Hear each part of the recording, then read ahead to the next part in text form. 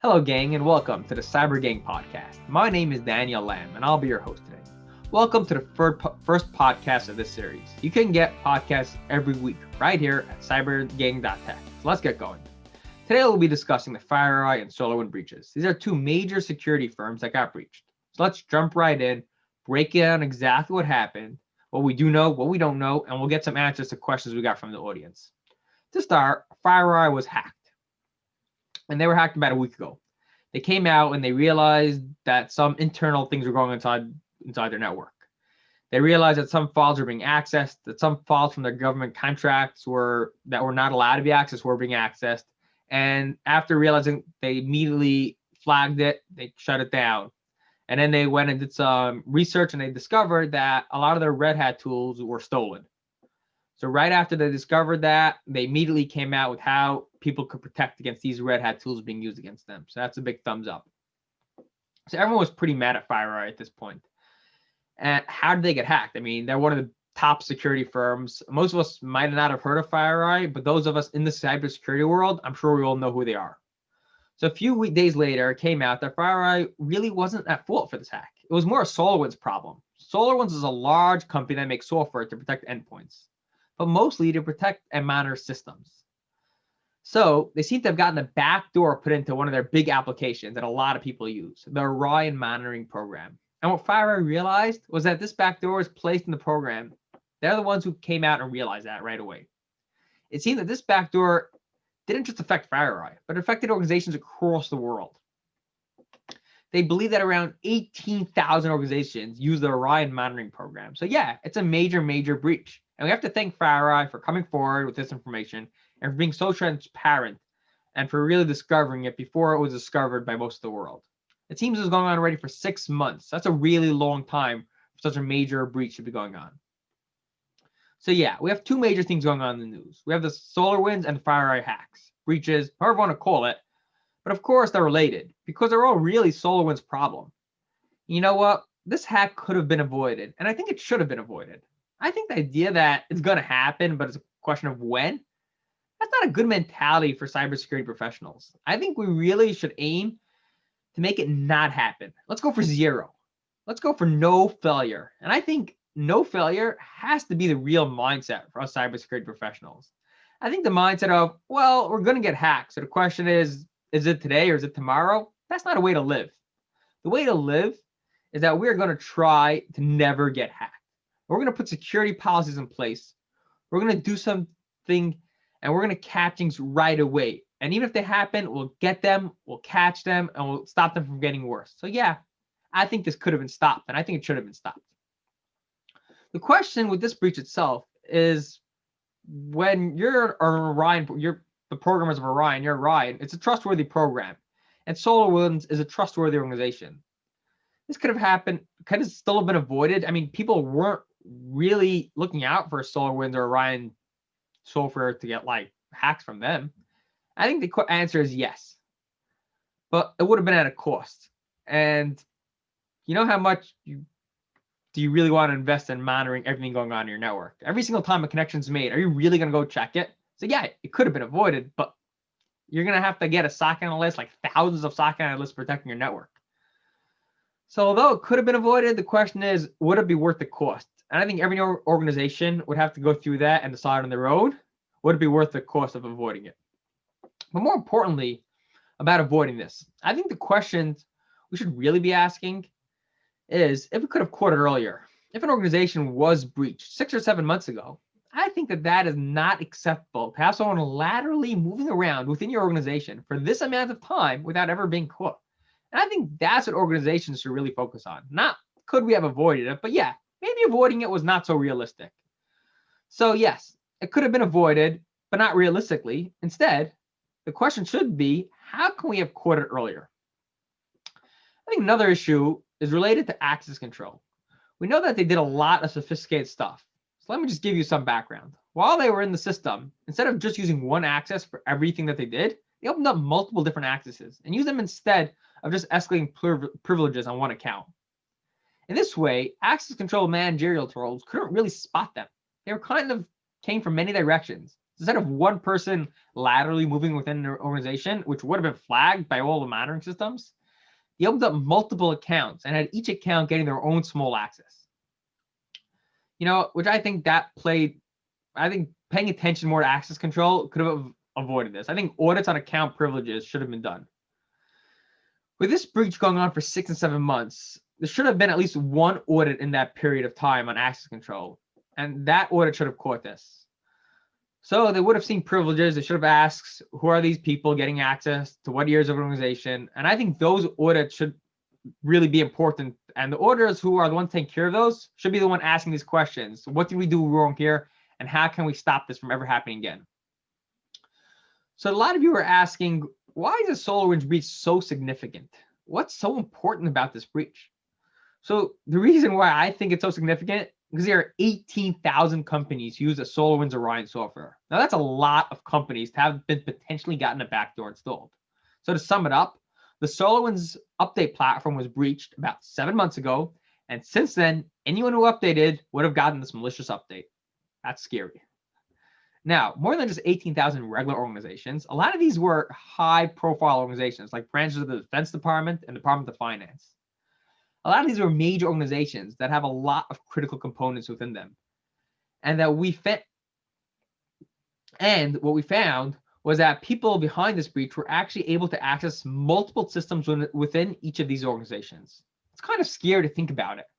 To be able to imagine that hackers are able to move freely among these organizations, it seems that one of the big hacks that they were able to perform was against organizations was by using the Microsoft Cloud. Organizations usually thought that the Microsoft Cloud was a safe place. I'm using Microsoft, two safe things, the cloud and Microsoft. What these hackers did was they used the Microsoft authentication tokens to escalate privilege and gain access to sensitive materials, while also somehow bypassing MFA requirements. I think that's a fact that's scared me. Wow. That definitely scared me the most, having these tokens, these trustworthy tokens. The fact that these hackers bypass MFA controls, they figured out how to break through each of these systems that we put in place to stop hackers. They broke right through it. And I think that's what really scares me when I come to think about this hack. Let's take a step back and look at the bigger picture. Who are these hackers? Who could they have been? A lot of people are assuming that it was definitely APT29. For some context, APT29 is a Russian hacking group. They also go by a lot of other names like Cozy Beer, the Dukes, or the Cozy Dukes. They're creative. So as of now, yes, they seem to be the ones to blame. Although in my opinion, I don't really know who's to blame. I think it could have been any hacking group, of course. It's easy to put the blame on the strongest people. But yeah, let's throw the blame on the Russians.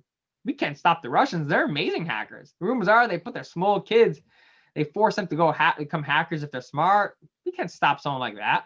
The Russian ideology is, why should we spend millions of dollars researching and inventing things if we could just steal that stuff? So yeah, it's very easy to blame Russians. In my opinion, honestly, I don't have any good guess on who's behind it. It could have been any small Ukrainian firm for all I know. Who knows? All we know is that someone broke into the Orion update repository and placed a backdoor there. So let's move on and look how this breach took place. There's really mixed ideas going around, and I think that's where the news is really getting us confused. With headlines like, "This is how SolarWinds got hacked," or "An act of recklessness," or maybe even SolarWinds 123.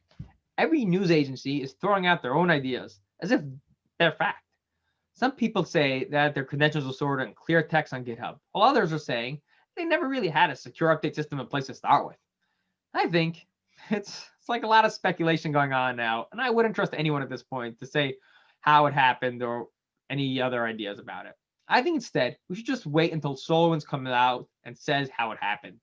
At that point, we can decide if we trust their explanation, and we'll be able to do more research with the information that they give us and decide. So for now, what I do know is that the speculation going on about SolarWinds, they did get hacked, and it doesn't really get us anywhere about speculating. Instead, we should do our own jobs. We're cybersecurity professionals, and as cybersecurity experts, we have to make our own system safe, our backup safe, and additionally, we have to when we roll out new patches, we should confirm that our patches are not breached and that our certificates are secure. We should not let this happen to us. That's what we should focus on now. Another area where there's a lot of confusion going on is how many organizations were breached. We all know the backdoor had the potential to reach 18,000 organizations, even though it was not installed within all those organizations. And we don't even know if it was installed, if it was used. We know, like for Microsoft, they just came out saying that they know that they believe that that backdoor was installed in their systems, but they don't believe it was ever used. They're looking at the logs, they don't see anything that it was activated. So as of now, we don't really know. Let's not trust the media for exact numbers. We don't really know. Let's hang tight until we get more information. So, I mean, let's get back to our jobs now. We're cybersecurity professionals, and what could we have done to avoid this? And I think when we use a third-party vendor, we have to take a risk assessment on their products. We have to realize that there's always going to be a risk when we bring external software into our organization. We have to ask the difficult questions. When using third-party software, is it worth it? Is it worth bringing in this piece of software? And what's the gain? What's the potential risks that's bringing in? And obviously, we can't make all our software internally. That's just not efficient and probably won't even be secure. But when we do bring in software, we have to think about the risks. And, is it worth bringing in this piece of software? I know that just last week, everyone would have said, Orion's safe. Of course, you can use our software. They're the most safe software out there. Well, to tell you the truth, a lot of our organizations don't really know what kind of monitoring systems they need. And you'll be perfectly fine without Orion. The sales team, they try to sell you something, but don't fall for their scams. I think the trick is to realize what you actually need. And if you need it, is it worth the risk of bringing in a potentially problematic software into your environment? And I think moving on, this breach really impacted a lot of people within the cybersecurity community. And there's a lot we can do to fix it. We should think about how it happened, as well as what we can do to stop it. For me, the big question is, was MFA compromised? I'm a really big fan of MFA. I think all my accounts have MFA implemented on them. I think everyone's account should have MFA implemented. And so were these hackers able to compromise MFA? And as of now, we don't really know what they're able to compromise. Another big one is unchecked lateral movement. How do they get around within these organizations? Do they just get in and just do whatever they want freely? That's another one that really scares me with cybersecurity experts.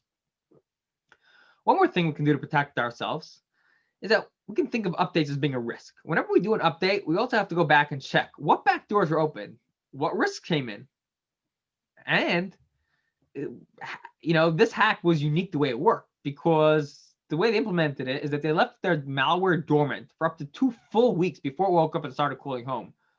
So that's really scary me, because when we do an update, we check and okay, no new connections, everything looks good, and anything else changed? Nope. And then we say, okay, nothing changed, everything's safe. And I think we have to realize that updates might take a while to incur risk, and we should always have that mentality. We have to think about it. What's your problem, and is it worth doing an update for that problem? What's ironic about this Orion update? It didn't really have any patches for vulnerabilities in this update. Instead, it just brought a new UI and a more straightforward installer. I just checked up Orion, their blog post 6 months ago with this update, and there's nothing there that an organization really needed. So it's really ironic. Everyone updated for a new UI and got this backdoor. I didn't see that in the media, but I think it's really ironic. And just to end with something that's bothering me, as organizations have to ask, like, why didn't we catch this earlier? I mean, FireEye caught it, and they're a big one, but how come no one else caught it? And I think that's what we should really close with this podcast. We should ask, could we have caught this earlier? So I'm looking forward to hearing comments from the audience about, could we have done anything to caught this earlier? And what safeguards can organizations put in place to catch these type of threats earlier? So please comment below, subscribe, and I want to see you here next week. Thank you very much for watching.